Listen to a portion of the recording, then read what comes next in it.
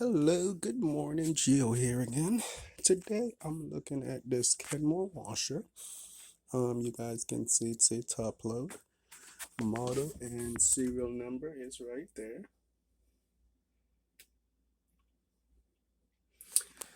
And the issue with this unit, customers say it's not complete in the cycle. Um, and just been given a lot of issue lately. So one of the first thing I came in and just grab a hold of the inner basket,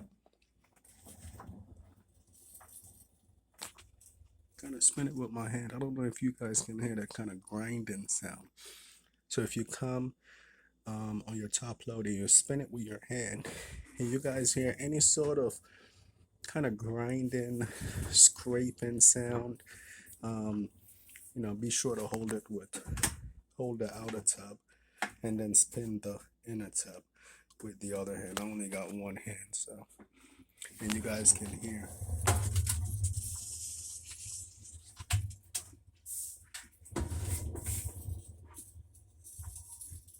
like a grinding noise.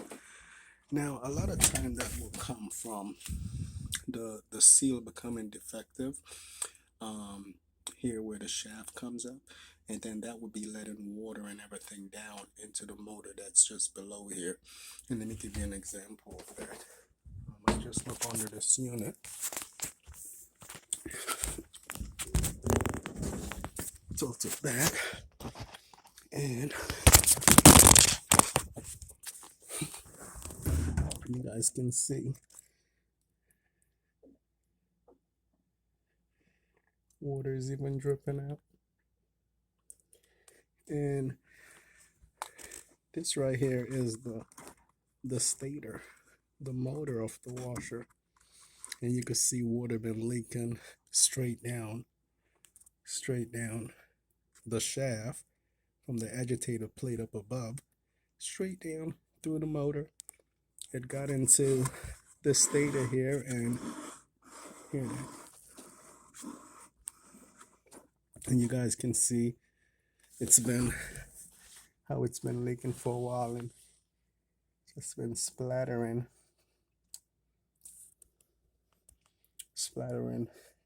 gunk and muck everywhere. So this washer is gonna need a new shaft and bearing assembly, a new stator and rotor assembly. That's the two parts of the motor under here, because that stator is no longer any more good in that condition. So new shaft assembly, new stator, new rotor,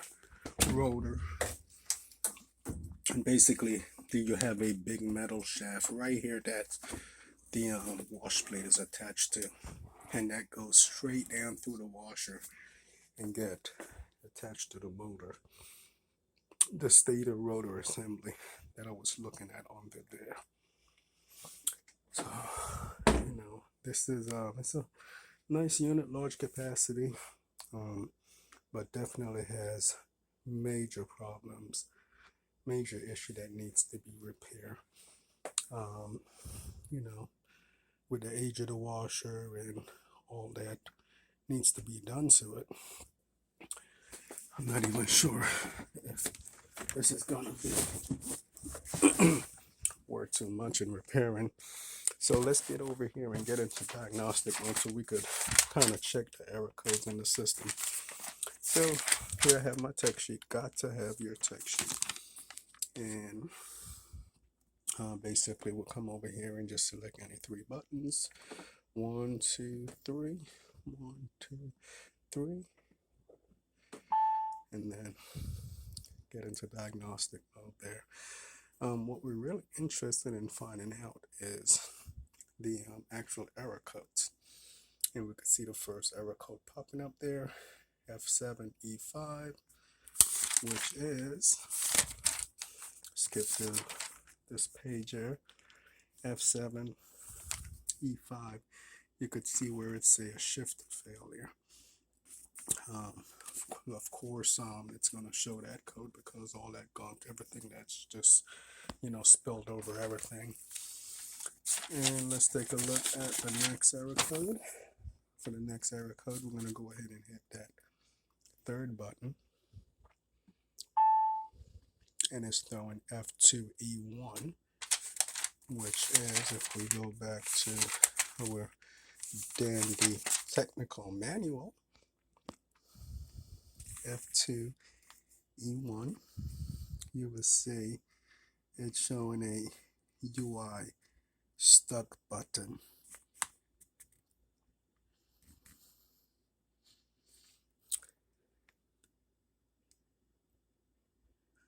So indicate that user interface is detecting a button is continuously activated.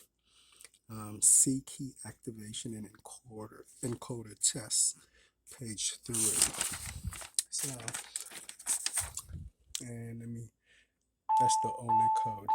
When you hear that charm there, that means there's no more error code.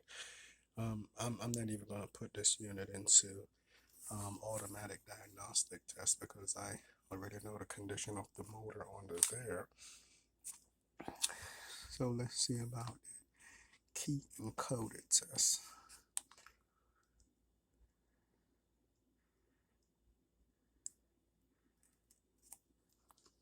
Press and release the first button.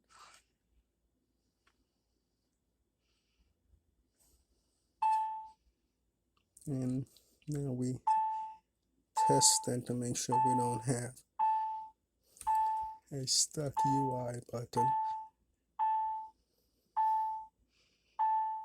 Because if the motor is bad and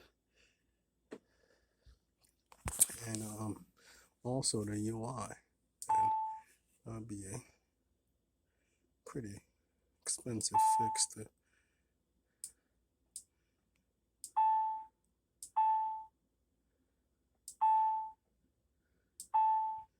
just turning it down, making sure that it is corresponding. All right. So the encoder test, the UI test, okay. So it's just the shaft and bearing assembly, and also the stator and rotor assembly to get this unit back and going. All right, thank you guys for joining us. Please hit up the like, share button, subscribe button, tick that notification bell, and let me know if you guys learned anything new, and share your comments below. Thank you. Bye-bye.